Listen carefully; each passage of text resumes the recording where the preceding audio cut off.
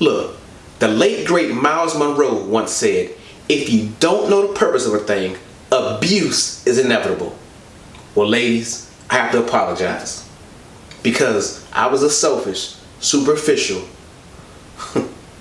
misogynistic womanizer. You know, I was a predator. I was. I did not know you all's purpose, so I just did what I could, what was allowed. I was one of those traders, so to speak.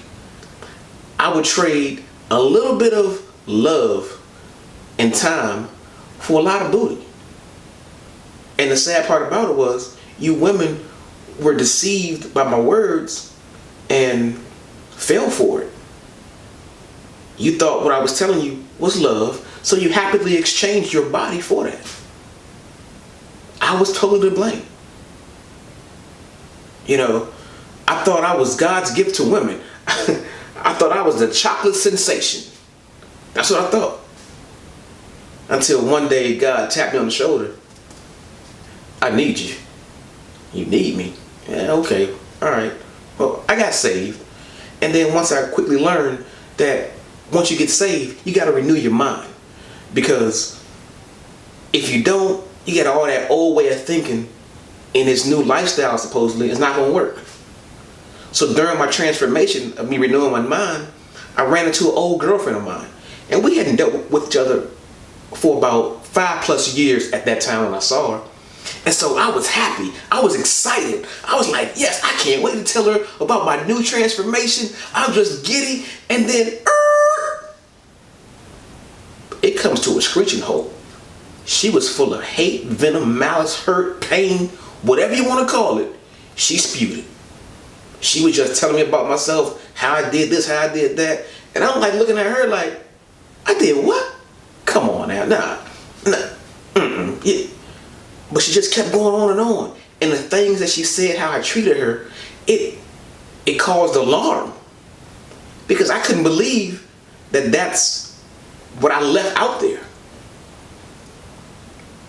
And make it so bad, one of the last things that she said to me was, you are the cause of all my failed relationships that I've had since that time. Now look, I got big shoulders, but I wasn't prepared to shoulder that. I was like, oh my gosh, I really hurt this woman. So I'm like, God, what happened? Why couldn't I explain to her that I was a new person? And he simply told me, because she was broken.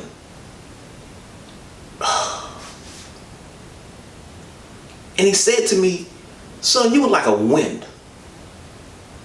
And I'm thinking, yeah, I'm like the wind beneath your wings. I'm the wind that powers turbines. I'm the wind that'll make a sailboat float.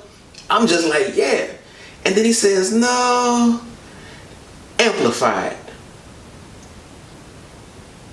And what he showed me was, I was a hurricane. And what the scene that he placed me in was, think of a small country town with a main road right down the middle, like Mayberry from Andy Griffin. Got all these buildings and stuff on the side. And so he placed me at one end of Main Street, and at the other end, like a little dot. But as the dot got closer and closer, it was spinning. It was a hurricane. It was tearing up houses, knocking down buildings, knocking down people's lives, and just leaving a wake of destruction. As it got closer to me, I was transposed from looking at it to now behind it, watching it leave. And as I was watching it leave, I saw bodies everywhere, destruction. And the hurricane as it left looked like me. And I was like, God, what are you showing me? He said, yeah, that was what you did.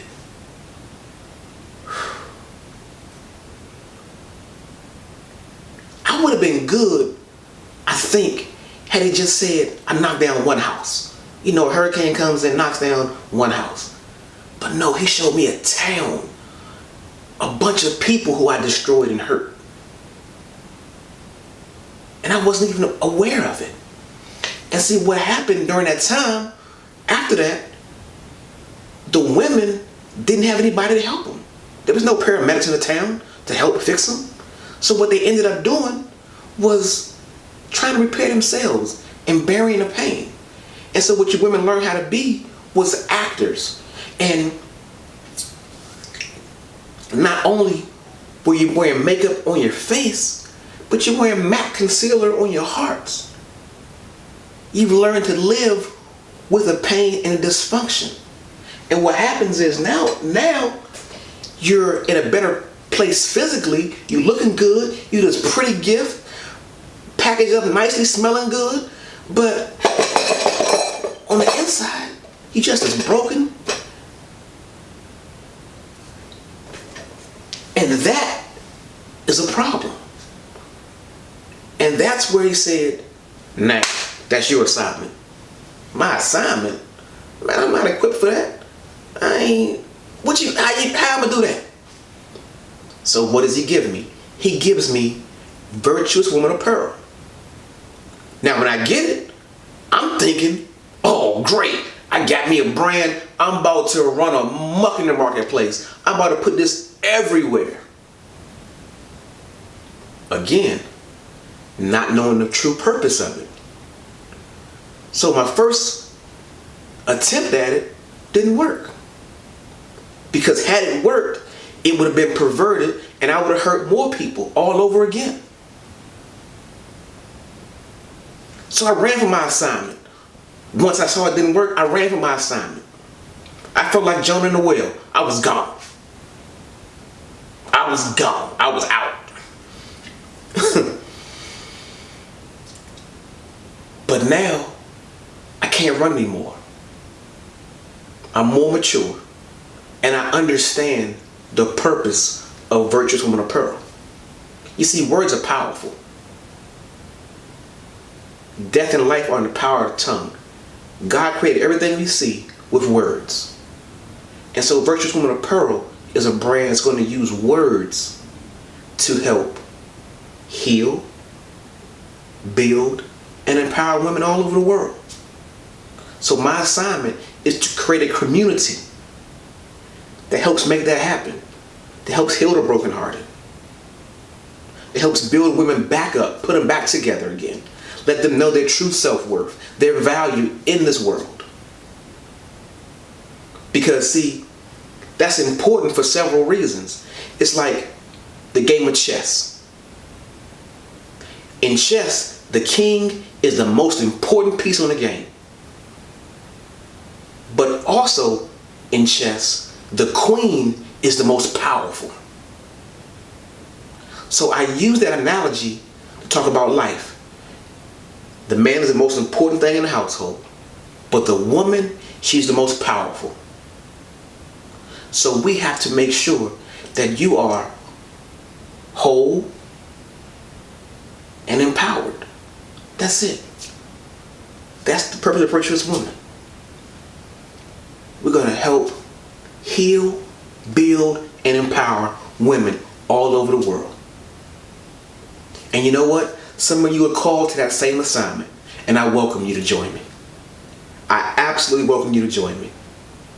Now, what I'm going to do is I'm going to build a Facebook community with the express purpose of helping foster that healing, building back up the women, and empowering you all. It's simple as that. Because community is important. It absolutely is. This assignment is bigger than just me. I can't do it by myself. But I am able to start it and kick it off. And one other thing in the process is I am going to sow into the life of every woman who wants one a Virtuous Woman Apparel metallic round stud t-shirt. I will pay for the shirt. You just pay for shipping. That's it. I will pay for the shirt. You pay for shipping. Head over to Virtuous Woman Apparel. There will be a link over there somewhere to join our Facebook group. Hit my inbox. Let's talk. Let's discuss it. Let's see what your part is. If you're here to help or if you need help. It does not matter. You're welcome. I appreciate you. God loves you. That's why he sent me to be his hand on the earth along with others. And like I said, I ran from it for a long time. I ran because I was afraid of what people might think about what I was going to do. So I was thinking about the thoughts that somebody else might be thinking about me. Isn't that crazy? I ain't did nothing yet, but I'm thinking about what you thinking about in regards to me. So I didn't move. And Proverbs 29:25 talks about that expressly. It says, the fear of human opinions disables. Trusting in God protects you from that. That's Proverbs 29:25. So look, stop worrying about what somebody else might think about you. Just stop it. I invite you to join our community. I'll send you a shirt most expeditiously. I'll sell it to your life. Just cover shipping and handling. That's it. Let's do life together. I love you and I appreciate you. Thank you.